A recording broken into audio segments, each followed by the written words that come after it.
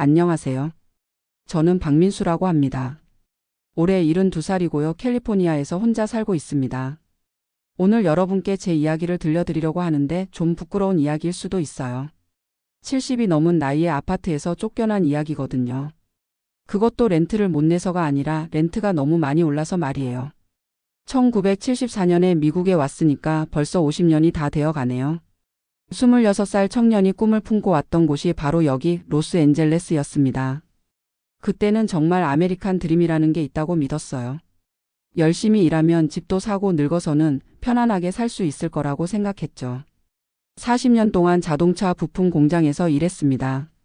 아침 6시에 출근해서 오후 3시에 퇴근하는 생활을 40년간 했어요. 주말에는 오버타임도 하고 아내도 파트타임으로 청소 일을 했습니다. 그렇게 모은 돈으로 아이들 대학도 보내고 은퇴 후를 위해서도 조금씩 저축했고요. 2012년에 65세 되면서 은퇴했을 때만 해도 모든 게 계획대로였어요. 사회보장연금으로 한 달에 $3,200가 나오고 회사에서 받은 401k도 조금 있었거든요. 아내와 함께 계산해 보니까 충분히 살 수 있을 것 같았어요. 그때 우리가 살던 곳은 오렌지 카운티의 작은 아파트였습니다. 침실 하나짜리의 렌트가 한 달에 $1,200였어요. 연금에서 렌트 내고 생활비 쓰고 의료비 빼고 나면 조금씩이라도 저축할 수 있는 정도였죠. 여보, 우리 잘 계산했네요. 아내가 그렇게 말했을 때가 엊그제 같은데 말이에요. 2021년에 아내를 암으로 보내고 나서 혼자 살게 됐지만 그래도 괜찮았어요. 혼자니까 생활비도 적게 들고 렌트도 그대로였으니까요. 외롭긴 했지만 경제적으로는 오히려 여유가 생겼다고 할까요? 문제는 작년부터 시작됐습니다. 2023년 2월이었어요. 평소처럼 우편함에서 렌트 고지서를 꺼내보는데 숫자가 이상한 거예요. $1,200가 아니라 $1,950라고 적혀 있더라고요. 아, 실수했나 보다. 그렇게 생각하고 관리사무소에 전화를 했습니다. 안녕하세요, 박민수인데요. 이번 달 렌트 고지서에 금액이 잘못 나온 것 같아서 전화드렸어요. 아, 미스터 박. 잘못된 게 아니에요. 올해부터 렌트가 인상됐어요. 시장 가격에 맞춰서 조정한 거예요. 전화기를 쥔 제 손이 떨렸습니다. $750가 한 번에 오른 거예요. 하루아침에 말이죠. 그런데 너무 많이 오르는 것 아닌가요? 거의 2배나 되는데. 미안하지만 이 동네 시세가 그래요. 새로 들어오시는 분들은 $2,500도 내고 계시거든요. 오히려 기존 입주자라서 할인해 드린 거예요. 전화를 끊고 한참을 그 자리에 앉아 있었습니다. $3,200에서 $1,950를 내면 $1,250가 남아요. 여기서 전기, 가스, 전화, 인터넷, 보험료 내고 약값 내고 식료품비 내고 계산해 보니까 마이너스더라고요. 이럴 수가 없는데. 혼잣말을 하면서 다시 계산해 봤어요. 아무리 해봐도 답이 안 나왔습니다. 그 다음 주에는 주변 아파트들을 알아봤어요. 혹시 더 저렴한 곳이 있나 해서 말이죠. 하지만 현실은 더 가혹했습니다. 같은 동네에서 침실 하나짜리 아파트는 최소 $2,200였어요. 조금 외진 곳으로 가도 $1,800 밑으로는 없더라고요. 그것도 상태가 별로 안 좋은 곳들이었습니다. 아, 이게 뭔 일이야. 마켓에서 장을 보다가도 한숨이 나왔어요. 우유 한 갤런이 $5가 넘고 달걀 한 박스가 $7예요. 예전에는 $3면 충분했는데 말이죠. 카트를 반만 채웠는데도 계산대에서 $120가 나왔습니다. 예전에는 같은 돈으로 일주일치를 샀는데 이제는 사흘치밖에 안 되더라고요. 집에 돌아와서 아들에게 전화를 했습니다. 준호야, 아빠야. 아, 아버지. 안녕하세요. 어떻게 지내세요? 응. 그런데 말이야, 혹시 시간 있을 때 잠깐 올 수 있을까? 아버지가 좀 상의할 일이 있어서. 전화 너머로 아들의 한숨 소리가 들렸어요. 뭔가 안 좋은 일이라는 걸 직감한 것 같았습니다. 다음 주 토요일에 아들이 왔어요. 44살인데도 제 앞에서는 여전히 어린아이 같더라고요. 아버지, 무슨 일이세요? 저는 렌트 고지서를 보여줬습니다. 아들의 얼굴이 굳어지는 게 보였어요. 와, 이렇게 많이 올랐어요? 거의 2배네요. 그래서 아빠가 고민이야. 이대로는 못 살겠더라고. 다른 데로 이사를 가야 할 것 같은데. 아들이 한참 계산기를 두드리더니 고개를 저었어요. 아버지, 이 동네에서는 어디든 비슷할 거예요. 요즘 오렌지 카운티가 너무 비싸져서. 저희도 사실 집값 때문에 고민이 많거든요. 그럼 어떻게 해야 하지? 좀 더 외곽으로 나가시거나 아니면 아들이 말을 망설였어요. 저희 집에 잠시 계시는 방법도 있고요. 저는 고개를 저었습니다. 아들도 자기 가족이 있는데 70 넘은 아버지까지 모시고 살기는 어렵죠. 게다가 집도 그리 크지 않고요. 아니야, 아빠가 알아서 할게. 걱정하지 마. 하지만 속으로는 막막했어요. 50년을 미국에서 살면서 이런 일이 생길 줄은 꿈에도 몰랐거든요. 그 다음 주에는 딸 지영이도 찾아왔습니다. 간호사로 일하고 있는데 이혼하고 나서 혼자 아이 둘을 키우고 있어요. 아빠 오빠한테 들었어요. 렌트가 많이 올랐다면서요? 응. 좀 그래. 하지만 지영이는 걱정하지 마. 아빠가 알아서 해결할 거야. 아빠, 제가 도와드릴 수 있는 게 있으면 말씀하세요. 돈은 많이는 못 도와드려도. 딸의 마음은 고맙지만 딸도 자기 생활이 빠듯한 걸 아는데 어떻게 도움을 받겠어요. 이혼하고 나서 경제적으로 힘들어하는 걸 제가 다 아는데 말이죠.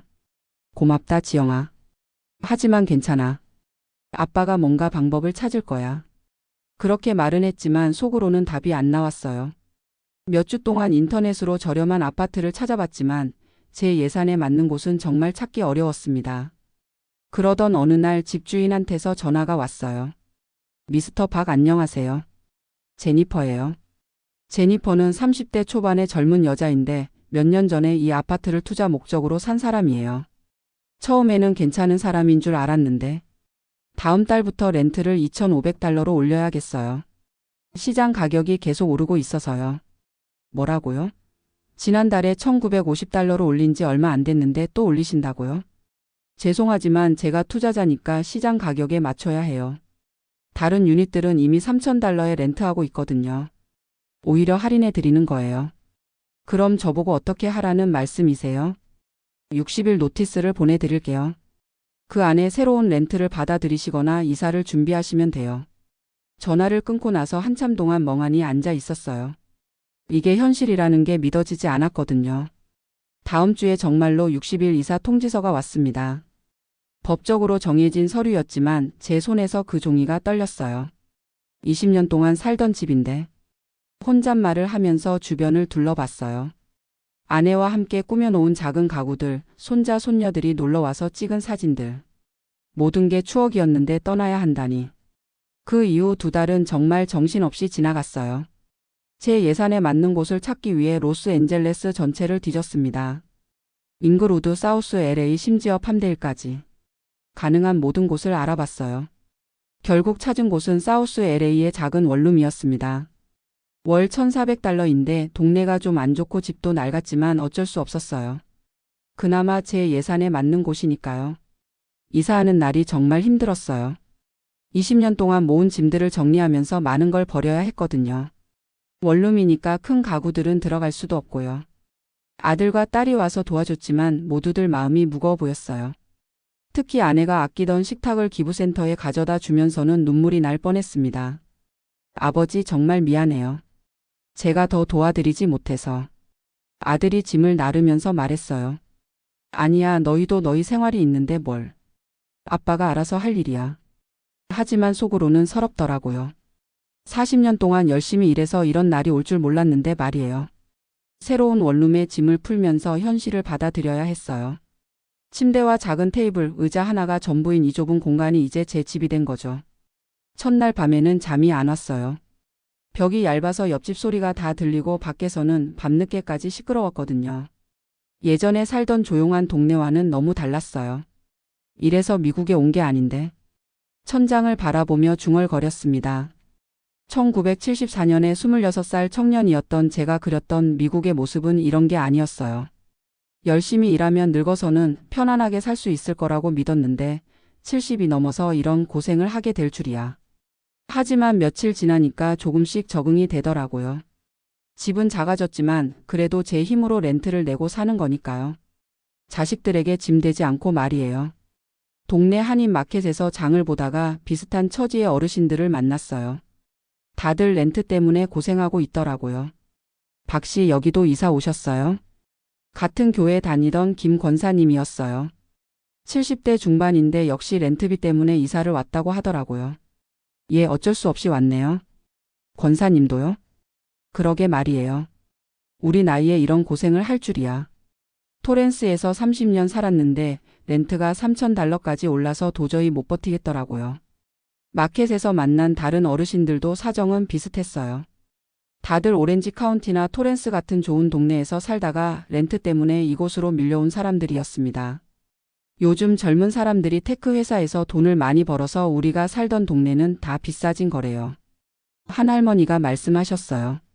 집에 돌아와서 인터넷으로 찾아보니 정말 그랬어요. 구글, 애플, 페이스북 같은 회사들이 LA 근처로 확장하면서 젊고 돈 많은 직장인들이 대거 유입된 거였어요. 그 사람들이 높은 렌트를 감당할 수 있으니까 집주인들이 계속 올리는 거고요. 아, 이래서 그랬구나. 그제야 이해가 됐어요. 제가 20년 동안 살던 조용한 동네가 언제부터인가 젊은 사람들로 가득해지더니 카페도 생기고 새로운 상점들도 많이 들어섰거든요. 그때는 동네가 발전하는 줄 알고 좋다고 생각했는데 그게 저를 내쫓는 신호였던 거죠. 새로운 집에서 생활하면서 여러 가지를 배웠어요. 우선 생활비를 더 줄여야 했습니다. 에어컨은 정말 더울 때만 켜고 전기도 아껴 쓰고 식료품도 세일하는 것만 사고요. 한인 마켓에서 저녁 시간에 가면 반값으로 파는 도시락들이 있어요. 유통기한이 하루 남은 거지만 먹기에는 문제 없거든요. 처음에는 자존심이 상했지만 지금은 그런 것도 감사하게 생각해요. 병원비도 줄여야 했어요. 메더케어로 커버가 안 되는 건 웬만하면 참고 지내고 약도 제네릭으로만 사고요.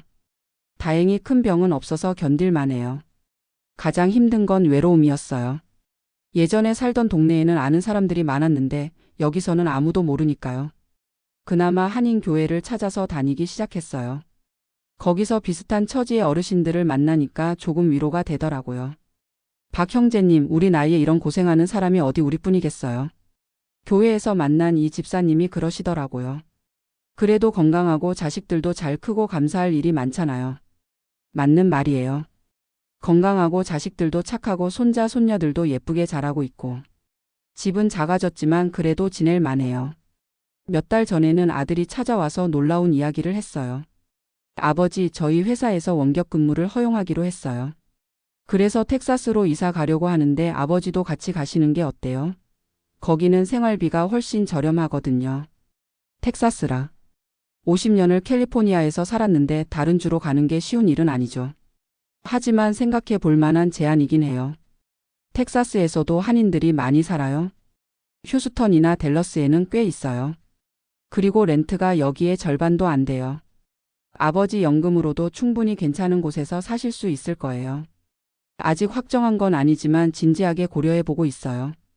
캘리포니아에 대한 애착이 있지만 현실적으로 생각해 보면 텍사스가 더 나을 수도 있거든요. 지난주에는 딸도 와서 이야기했어요. 아빠, 제가 간호사 자격증으로 다른 주에서도 일할 수 있어요. 아빠가 원하시면 저희도 함께 이사 가는 것 고려해 볼게요. 자식들이 저 때문에 고향을 떠나는 것도 미안하지만 한편으로는 고마워요. 가족이 함께 있으면 어디서든 살 수 있을 것 같거든요. 요즘 들어 생각해보면 제가 20년 전에 세운 은퇴 계획이 틀린 건 아니었어요. 그때는 정말 3,000달러면 충분히 살 수 있는 세상이었으니까요. 다만 세상이 너무 빨리 변한 거죠. 물가도 부동산 가격도 모든 게 예상보다 훨씬 빠르게 올랐어요. 특히 캘리포니아는 더 심했고요. 테크 회사들이 들어오면서 완전히 다른 곳이 되어버렸어요. 저처럼 연금으로 사는 사람들은 설 자리가 없어진 거죠. 그렇다고 누구를 원망할 수는 없어요. 집주인 제니퍼도 사업하는 사람이고 테크 회사 직원들도 자기 일 열심히 하는 거고. 다만 시대가 변한 거죠. 가끔 아내 생각이 나요. 만약 아내가 살아 있었다면 어떻게 했을까? 아마 저보다 훨씬 현실적으로 대처했을 거예요. 생활비 절약하는 것도 아내가 더 잘했거든요. 여보, 이제 어떻게 해야 할까요? 가끔 아내 사진을 보며 혼잣말을 해요. 물론 대답은 없지만 그래도 마음이 조금 편해져요. 교회에서 만난 어르신들과 이야기하다 보면 저만 이런 고생을 하는 게 아니라는 걸 알게 돼요. 어떤 분은 아예 한국으로 돌아가셨대요. 미국에서는 도저히 못 살겠다고 하면서요. 박 형제님도 한국 가실 생각 없어요? 김 권사님이 물어보셨어요. 글쎄요. 50년을 여기서 살았는데 지금 가서 적응할 수 있을까요? 게다가 자식들도 다 여기 있고. 한국에 대한 그리움은 있지만 현실적으로는 어려워요. 의료보험도 문제고 주택도 문제고. 무엇보다 자식들과 떨어져 사는 건 상상하기 힘들어요. 며칠 전에 손자가 전화를 했어요. 고등학교 2학년인데 대학 진학을 준비하고 있어요. 할아버지, 저 유씨 계열 대학에 지원하려고 하는데 학비가 너무 비싸요. 아빠가 걱정하시는 것 같아요. 그래? 할아버지가 도와줄 수 있으면 좋겠는데. 아니에요, 할아버지. 제가 장학금 받으려고 열심히 공부하고 있어요. 할아버지는 건강만 챙기세요. 기특한 아이예요. 제가 도움을 주지 못해서 미안하지만 저 나름대로 열심히 하는 모습이 대견해요. 가끔 젊었을 때 생각이 나요. 26살에 미국에 와서 10년만 열심히 일하면 성공할 수 있을 거야 라고 생각했던 그때 말이에요. 그때는 정말 가능성이 무한해 보였거든요. 실제로 처음 20년은 계속 나아지는 것 같았어요. 영어도 늘고 직장도 안정되고 집도 렌트해서 모기지로 바꾸고 아메리칸 드림이 실현되는 것 같았죠. 하지만 어느 순간부터 세상이 너무 빨리 변하기 시작했어요. 집값은 천정부지로 오르고 좋은 일자리는 대학 나온 젊은 사람들 차지가 되고 저 같은 사람은 점점 뒤처지게 된 거죠. 그래도 포기하지는 않을 거예요. 아직 건강하고 자식들도 있고 할 수 있는 일들이 있거든요. 텍사스로 이사 가는 것도 새로운 시작이 될 수 있을 것 같고요. 요즘은 동네 한인 마켓에서 파트타임으로 일할 수도 있지 않을까 생각해요. 72살이지만 아직 몸은 괜찮거든요. 조금이라도 수입이 있으면 생활이 훨씬 나아질 거예요. 미스터 박 혹시 계산대에서 일해보실 생각 없으세요? 마켓 사장님이 그러시더라고요. 한국말 잘하시고 손님들이랑도 잘 지내시니까.